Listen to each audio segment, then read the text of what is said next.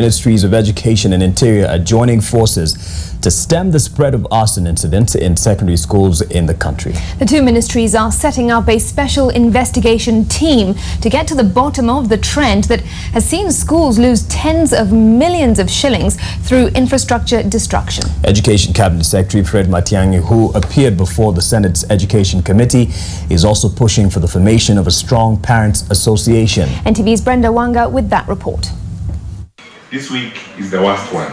An admission from the man in charge of education in the country that all is not well.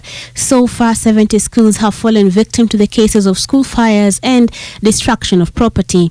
Initial investigations into the cause of the unrest have identified a disconnect between the school administrations and the student bodies, especially in matters of conflict resolution. Yes, we have very long unresolved grievances that school administrations failed to address on time.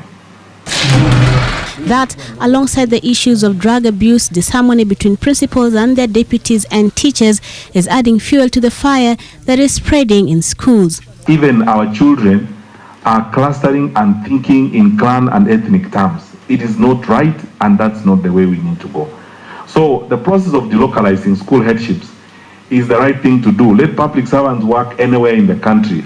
Out of the schools affected, 99% are public, county, extra-county and sub-county schools, which means their leadership is localized, a breeding ground for the politicization of schools that often spills over into the student leadership. A lot of external interference in the schools because the county, sub-county and extra-county schools they seem to be having a common pattern of a problem. There is a clan argument pitting a principal and deputy principal and so on.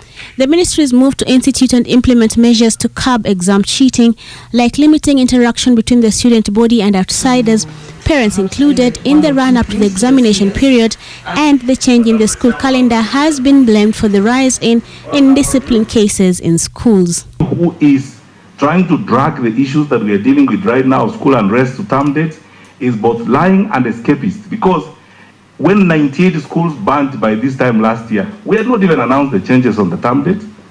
The first schools banned in January before we announced the term date.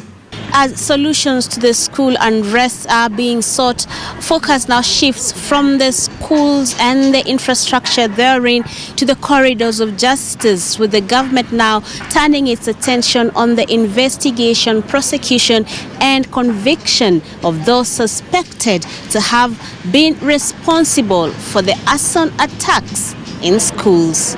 Brenda Wanga, NTV, Nairobi.